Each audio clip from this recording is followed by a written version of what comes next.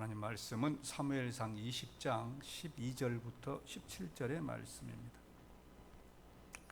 사무엘상 20장 12절부터 17절입니다.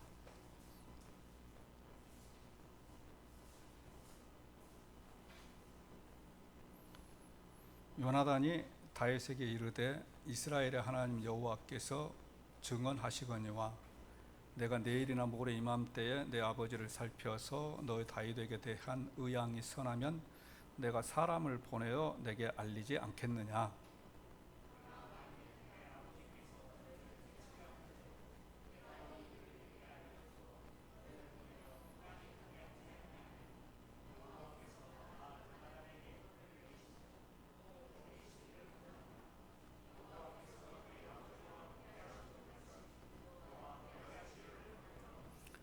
너는 내가 사는 날 동안에 여호와의 인자하심을 내게 베풀어서 나를 죽지 않게 할 뿐 아니라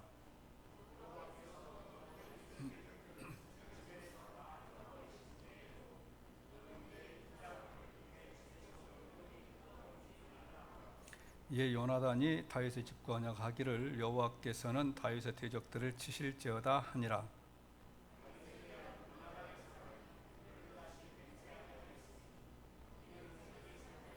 사랑같이 그를 사랑함이었더라. 아멘. 한 주간도 잘 보내셨습니까? 날씨가 많이 더워졌죠? 건강에 조심하시기를 바랍니다. 우리가 지금 이 사울과 다윗의 관계를 이렇게 좀 살피죠. 사울과 다윗. 사울은 다윗을 죽이려고 했습니다. 조금 제가 안 보이면 조금 옆으로 앉으십시오.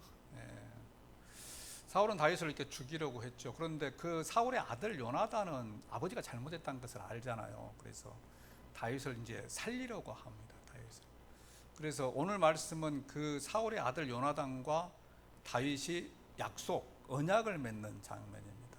그런데 이 젊은 사람들, 청춘의 폐기의 언약이기 때문에 오늘 말씀의 제목을 요나단과 다윗의 의리라 이렇게 정해봤습니다. 다윗의 의리.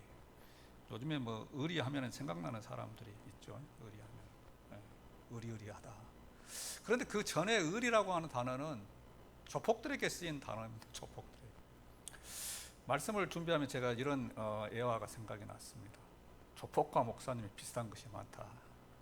조폭과 목사들이 비슷한 것이 많다네요. 뭐가 비슷하냐?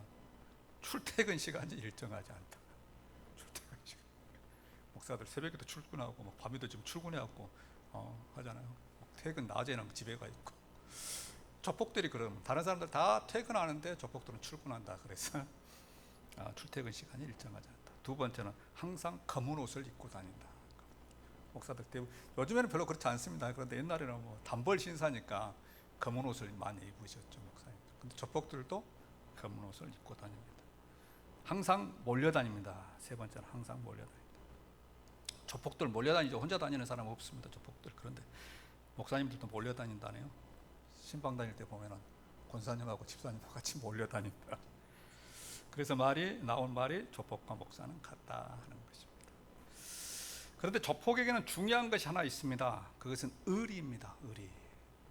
요즘 조폭의 세계는 그렇지 않죠. 그렇지 않는데 뭐 옛날에는 뭐 두목이 뭘 잘못하고 그래도 이 부하가 그 두목의 잘못을 뒤집어 쓰고 감옥에 가는 일들도 허다 했었습니다. 그래서 이것을 그들은 의리라고 불렀습니다. 의리.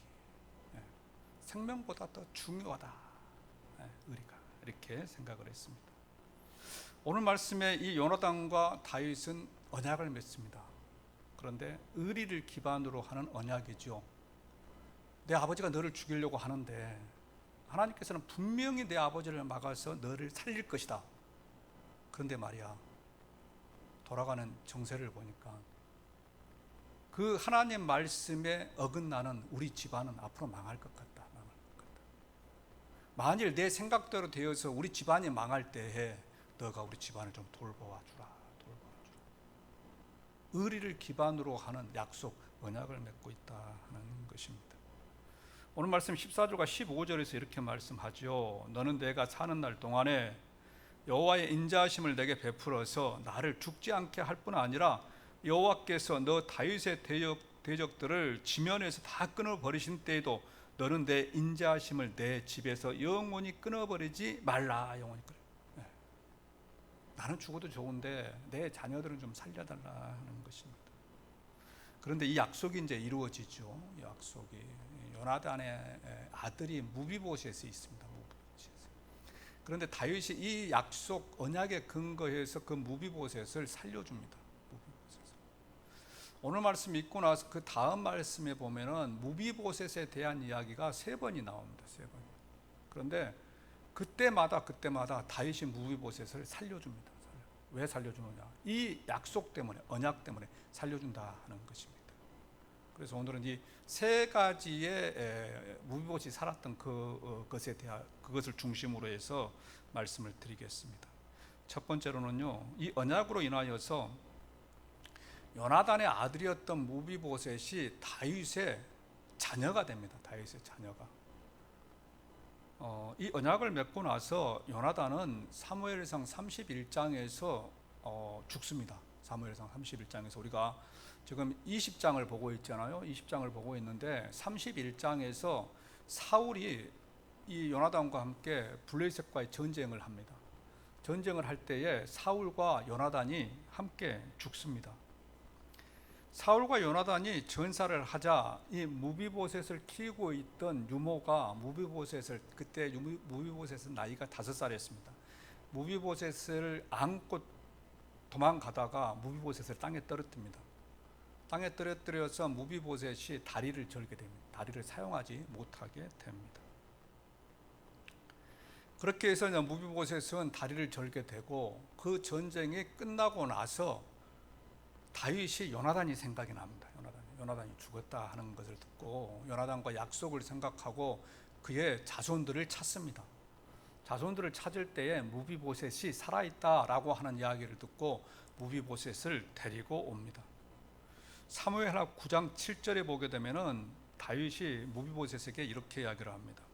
다윗이 그에게 이르되 무서워하지 말라. 내가 반드시 너 아버지 요나단으로 말미암아 너에게 은총을 베풀리라. 내가 너 할아버지 사울의 모든 밭을 다 내게 도로 주겠고 또 너는 항상 내 상에서 떡을 먹을지니라. 떡을 먹. 내가 너 아버지 사울이 가지고 있었던 재산을 다 너에게 주겠다. 그리고 너는 내 상에서 떡을 먹을 것이다 라고 이야기를 합니다. 그래서 이 말씀은 무비보셋이 다윗의 아들이 되고 있다 하는 것이죠. 이랬던 것을 모든 것을 다 찾고 다윗의 상에서 다윗의 자녀들과 함께 동등하게 대우를 받고 생활을 합니다. 그래서 이것은 무비보셋이 다윗의 아들이 되었다 하는 것입니다. 우리도 그렇죠. 우리도 죽을 목숨이었습니다. 아담의 죄로 인하여서 무비보셋과 같은 그런 운명에 처한 사람이었습니다. 그런데 예수님께서 하나님과 언약을 맺으셨죠. 약속을 맺으셨습니다. 아담의 죄로 인하여서 우리가 죽어야 되는데, 아니 죽었는데 예수님께서 하나님과 약속을 맺으면서 내가 십자가에 가서 죽겠습니다. 그리고 그 십자가에 죽은 것을 믿는 사람들은 다시 살려주십시오 라고 하는 약속을 하나님과 예수님이 맺습니다. 그래서 그 약속으로 인하여서 저와 여러분이 지금 예수님을 믿고 다시 살아나게 되었다 하는 것입니다. 그래서 어쩌면 우리도 무비보셋과 같은 사람입니다. 죽은 사람이죠. 죽어야 할 사람입니다. 그런데 예수님의 십자가의 보혈로 우리가 다시 살게 되었다고 하는 것을 기억할 수 있기를 원합니다.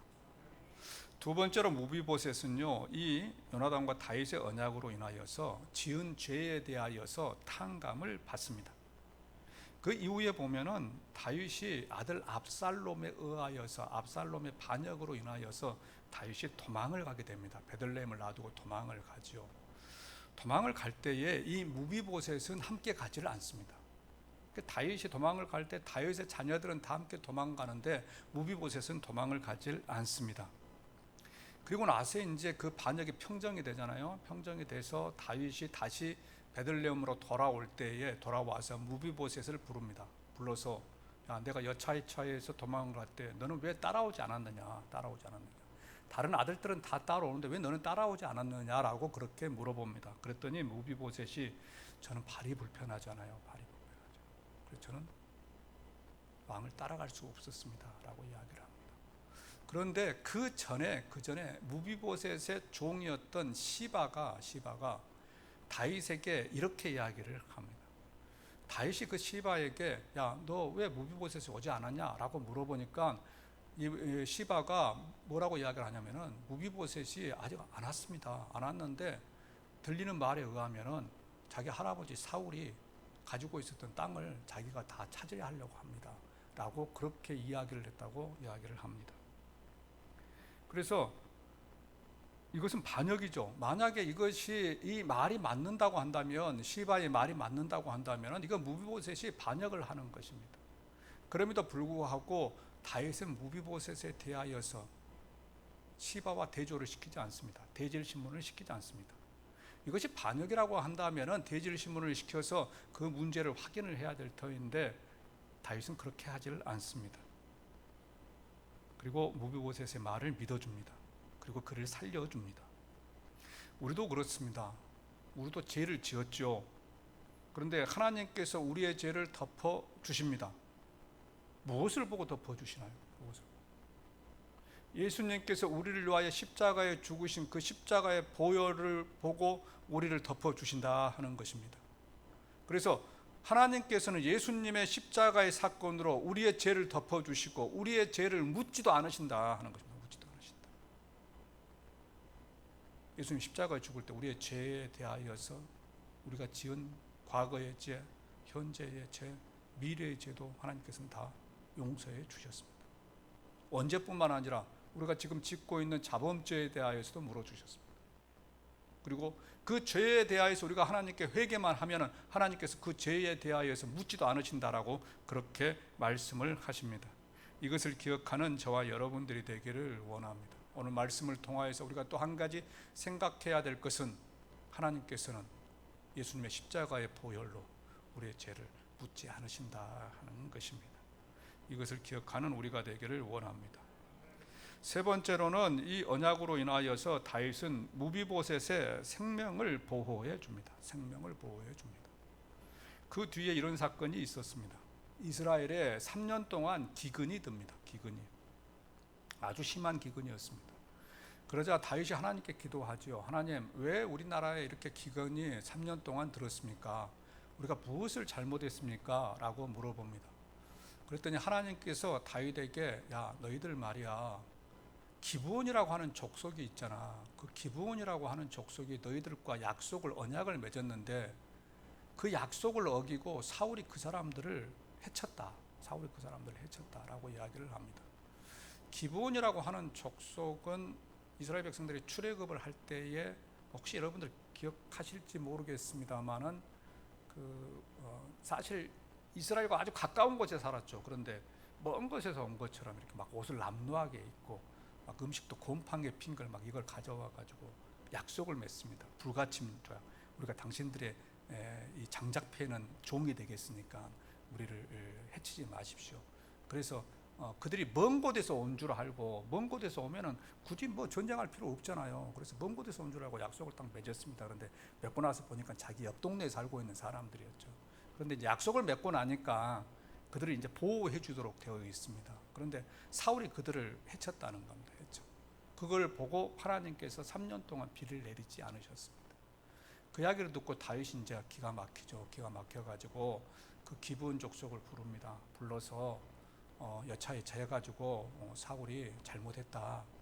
우리가 어떻게 너에게 해주면 좋겠느냐라고 이야기를 합니다. 그랬더니 기브온 족속이 사울의 자손들 가운데 7명을 우리에게 주라고 합니다. 사울과 가장 가까이 있는 자손 7명. 그러면 우리가 그들을 목매달아서 죽이겠습니다. 라고 이야기를 합니다. 그렇게 그 이야기를 듣고 사무엘하 27장 7절에 보면은 그러나 다윗과 사울의 아들 요나단 사이에 서로 여호와를 두고 맹세한 것이 있으므로 왕이 사울의 손자 요나단의 아들 무비보셋은 아끼고 7명을 내줘야 되는데 우선순위가 요나단이죠. 요나단은 뭐 직계 서열이잖아요. 직계 손자잖아요. 그러니까 가장 먼저 앞에서 내줘야 되는데 다윗이 전에 요나단과 맺었던, 오늘 말씀에서 맺었던 그 언약을 생각나서 무비보셋은 내주지 않았다 하는 것입니다. 그래서 요나단과 다윗의 의리 때문에 이 세 번의 세 번째 목숨을 보존하게 됩니다. 그래서 죽을 수밖에 없었던 세 번의 일이 있었지만은 다윗은 무비보셋을 구해준다 하는 것이죠. 그런데 예수님도 의리의 예수님입니다. 예수님 의리의 예수님입니다. 예수님을 의리의 예수님이라고 상당히 미안합니다만은 의리의 예수님이시죠. 예수님이 죽으시기 전에 십자가에 죽으시는 제자들과 성만찬을 하였습니다. 성만찬. 떡과 포도주를 나누죠. 그런데 그 성찬이라고 하는 단어가 세크라멘토라고 하는 단어입니다. 세크라멘토. 이 세크라멘토라고 하는 단어가 언제 쓰였느냐? 로마 시대에 자주 사용되어지는 단어입니다. 로마는 늘 전쟁을 했었죠. 전쟁을 할 때에 그 출정하기 전날 이 장군들을 모아놓고 황제가 만찬을 합니다. 성찬을 할 때에 포도주를 가지고 혈맹을 맺는 거죠. 혈맹을. 야, 내일 우리가 전쟁을 나가는데 이제 전쟁을 나갔을 때 서로가 서로를 도와주자. 서로가 서로를. 그래서 내 목숨은 너가 지켜주고 너 목숨은 내가 지켜주고 이렇게 성찬을 합니다. 그것을 세크라멘토라고 합니다. 예수님도 제자들과 함께 성찬을 하였습니다. 세크라멘토를 하였습니다. 그래서 예수님이 제자들과 함께 이 성찬을 했다고 하는 것은 제자들이 이 성찬이 가지고 있는 의미가 무엇인지를 다 압니다. 다 알아. 왜? 그 당시에 로마는 이러한 일들을 비일비재하게 했기 때문에 사람들이 이렇게 성찬을 모여서 떡과 포도주를 나누면서 이러한 예식을 한다고 하는 것은 지금 이 예식이 무엇이라고 하는 것을 압니다. 알아. 그런데 그 다음날 제자들은 다 도망갔습니다. 다 도망가. 성찬을 하면서 야, 우리가 서로가 서로를 도와주자, 죽지 않도록 도와주자 라고 하는 성찬을 했음에도 불구하고 그날 저녁에 예수님이 체포되어서 빌라도 법정에 가니까, 그리고 십자가형을 언도받으니까 제자들은 다 도망을 갔습니다. 하루 전날 예수님과 제자들이 의리의 언약 서약을 했음에도 불구하고 제자들은 그 의리를 지키질 않았습니다. 그러나 예수님 어떻게 합니까? 돌아가시고 나서 그 떠나버린 제자들을 일일이 찾아다니십니다. 그리고 베드로에게 내 양을 너가 쳐라. 내 양을 너가 먹여라. 제자들은 그 의리를 저버리고 예수님을 떠나갔지만 예수님께서는 그 의리를 생각하시고 약속을 생각하시고 제자들을 찾아가셨다 하는 것입니다. 성도 여러분, 우리에게도 이런 의리가 있어야 할 줄로 믿습니다. 예수님에 대한 의리가 있어야 할 줄로 믿습니다. 우리가 성찬을 할 때에도 이 의리를 생각하셔야 합니다. 예수님 우리를 위하여 십자가에 죽으신 그 의리, 그 약속, 그 언약을 생각하면서 우리도 예수님을 향한 우리의 의리를 드러내야 할 줄로 믿습니다. 성경에 보면은 이 의리를 지킨 사람들이 있습니다. 다니엘, 의리를 지킨 사람이죠. 다니엘서 6장에 보게 되면은 페르시아의 다리오가 다른 사람에게 기도하지 말라, 다른 신에게 기도하지 말라, 그러면 사자굴에 던지겠다. 사자굴. 그럼에도 불구하고 다니엘은 하나님에 대한 자기의 의리를 지켰습니다. 사자굴에 들어가면 죽는다고 하는 것을 알면서도 다니엘은 하루에 3번씩 예전에 하던 대로 예루살렘을 향하여 창문을 열고 기도하였더라. 그 의리를 지킨 것 때문에 그가 사자굴에 던져졌습니다. 그런데 하나님께서 그를 보호하셨죠. 사자들의 입을 봉하여서 다윗을 살려주셨습니다. 다니엘의 세 친구도 마찬가지입니다. 의리의 사람들입니다. 바벨론의 느부갓네살이 금신상에게 절해라, 절하지 않으면 풀무불에 던져 넣겠다, 그렇게 말했음에도 불구하고 다니엘의 세 친구도 하나님과의 의리를 지켰습니다. 금신상에 절하지 않았습니다. 그 결과 풀무불에 던져졌음에도 불구하고 예수님께서 그를 보호하여 주신 줄로 믿습니다. 그래서 성경에는 이렇게 하나님에 대한 의리를, 예수님에 대한 의리를 지킨 사람들의 이야기입니다. 그런데 이런 의리를 지킨 사람은 초대교회에도 많이 있었습니다. 폴리갑이라고 하는 사람입니다. 폴리갑은 에베소서 교회의 담임 목사였습니다.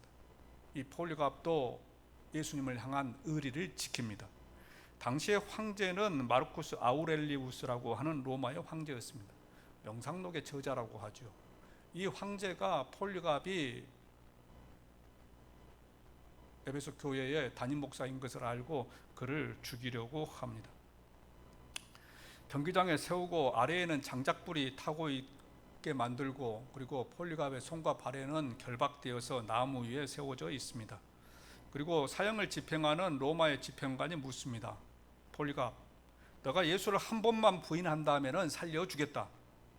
한 번만 예수가 그리스도가 아니라고 한다면 살려주겠다라고 이야기를 합니다. 그때 폴리갑이 이렇게 대답하죠.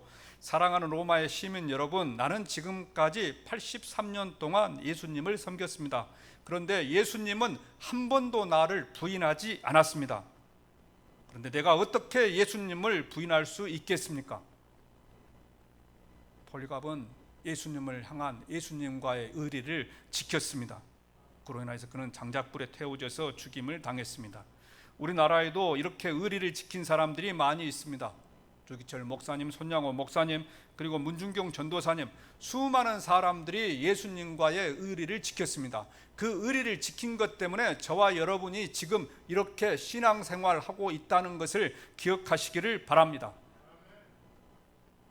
그리고 우리가 예수님과의 의리를 지킬 때에 우리 다음 세대가 우리처럼 예수님을 섬길 수 있을 것입니다.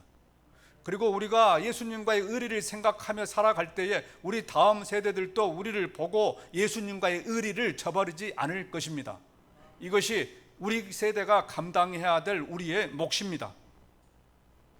주님에 대한 의리를 지키는 저와 여러분들이 되기를 원합니다. 조폭만 의리를 지키는 것이 아니고, 조폭만, 의리가 우리 그리스도인의 것이 되어야 되지 않겠습니까? 예배의 자리에 참석하는 것, 예배의 자리에 빠지지 않는 것, 이것이 의리를 지키는 것입니다. 기도의 자리에 빠지지 않는 것, 이것이 의리를 지키는 것입니다.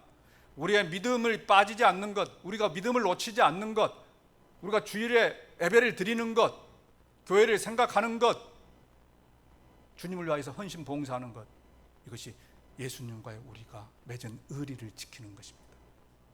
이 의리를 잘 지키는 동명의 성도들 되시기를 바랍니다. 기도하겠습니다.